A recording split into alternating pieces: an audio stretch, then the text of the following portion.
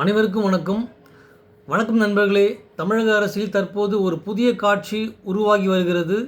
அது சாதாரண அரசியல் சம்பவமா அல்லது தமிழக அரசியலின் அடுத்த பெரிய மாற்றத்துக்கான தொடக்கமா?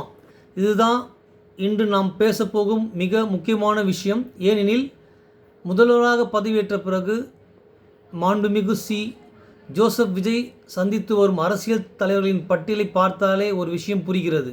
இது வழக்கமான தமிழக அரசியல் அல்ல. ஒரு புறம் மதிப்புமிகு MK ஸ்டாலின், மற்றொரு புறம் மதிப்புமிகு K வீரமணி, அதே நேரத்தில் மதிப்புமிகு சீமான், பின்னர் மதிப்புமிகு அன்புமணி ராமதாஸ், மேலும் ஐயா வைகோ. இந்த பட்டியலை சாதாரணமாக பார்க்க முடியாது. ஏன் தெரியுமா? தமிழக அரசியல் என்றாலே இதுவரை என்ன இமேஜ்?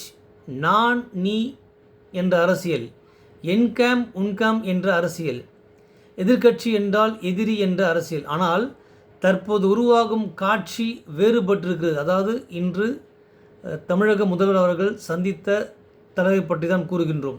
கருத்து வேறுபாடு இருக்கிறது, கொள்கை வேறுபாடு இருக்கிறது, அரசியல் போட்டி இருக்கிறது. ஆனால் அதற்கு பேசவே கூடாது என்ற நிலையை உடைக்க முயற்சி நடக்கிறதா? இது மக்கள் தற்போது கேட்கும் ஒரு பெரிய கேள்வி. நண்பர்களே, தமிழக அரசியலில் மிக நீண்ட காலமாக மோதல் அரசியல் தான் டாமினண்டாக இருந்தது. டிவி டிபேட்களில் பார்க்கிறோம், கோபம், சண்டை, கத்தல், ஒருவரை ஒருவர் தாக்குதல். ஆனால் மக்கள் உண்மையில் எதிர்பார்ப்பது என்ன? எங்களுடைய பிரச்சனைகளை தீர்க்க வேண்டும். அதற்காக பொலிட்டிக்கல் மெச்சூரிட்டி தேவை, அதற்காக டயலாக் பாலிடிக்ஸ் தேவை, அதற்காக பேசக்கூடிய லீடர்ஷிப் தேவை. அதைத்தான் தற்போது மாண்புமிகு ஜோசப் விஜய் காட்ட முயற்சி செய்கிறாரா? ஏனெனில் அவர் சந்தித்த தலைவரை பாருங்கள். திராவிட இயக்கத்தின் சின்னமான இருக்கும் ஐயா K வீரமணி, தமிழ் தேசிய அரசியலை பேசும் ஐயா சீமான், சமூக நீதி மற்றும் வன்னியர் அரசியலை பேசும் ஐயா அன்புமணி ராமதாஸ், பழமையான எதிர்க்கட்சி தள அரசியல் முகமாக பேசும் ஐயா வைகோ, அதே நேரத்தில் தற்போது ஆட்சியிலிருந்து விலகியிருக்கும் ஐயா MK ஸ்டாலின். இந்த எல்லா பொலிட்டிக்கல் ஸ்பெக்ட்ரையும் ஒரே நேரத்தில் டச் செய்வது சாதாரண விஷயம் இல்லை. இது ஒரு மெசேஜ். அந்த மெசேஜ் என்ன?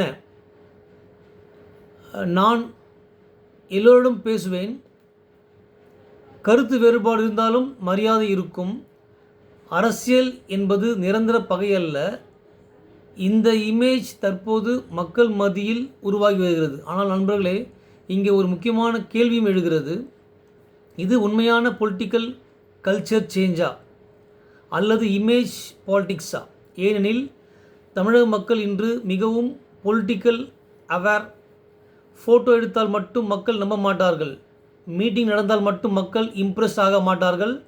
மக்கள் கேட்பது ஒரே விஷயம்: கவர்னன்ஸ் எப்படி இருக்கும்? மக்கள் பிரச்சனைகளை எப்படி தீரும்? வாக்குறுதிகள் நடைமுறையில் வருமா? இதுதான் அல்டிமேட் கொஷின். ஆனால் அதே நேரத்தில் ஒரு விஷயத்தை மறுக்க முடியாது. தமிழக அரசியலில் இன்று ஒரு புதிய டோன் உருவாகி இருக்கிறது. அது என்ன தெரியுமா? எதிர்க்கட்சியை கூட எளிமையாக பார்க்காதது டோன். இது முன்பு அதிகமாக காணப்படாத ஒன்று. அதனால்தான் சோஷியல் மீடியாவில் தற்போது ஒரு லைன் வைரலாகிறது.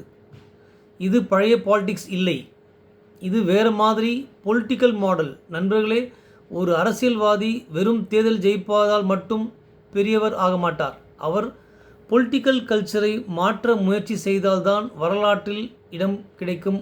அவருக்கு ஒரு தனிப்பட்ட இடம் கிடைக்கும். இப்போது தமிழகத்தில் நடப்பது அதற்கான ஆரம்பமா அல்லது சில மாதங்களில் பழைய அரசியல் மீண்டும் திரும்பிவிடுமா? இதுதான் மிகப்பெரிய டிபேட். ஆனால் ஒரு விஷயம் மட்டும் உறுதி: தமிழக அரசியல் தற்போது போரிங் இல்லை. ஒரு புதிய சாப்டர் ஓப்பன் ஆகியிருக்கிறது. அந்த சாப்டரின் பெயர் கன்வர்சேஷன் பாலிடிக்ஸ்.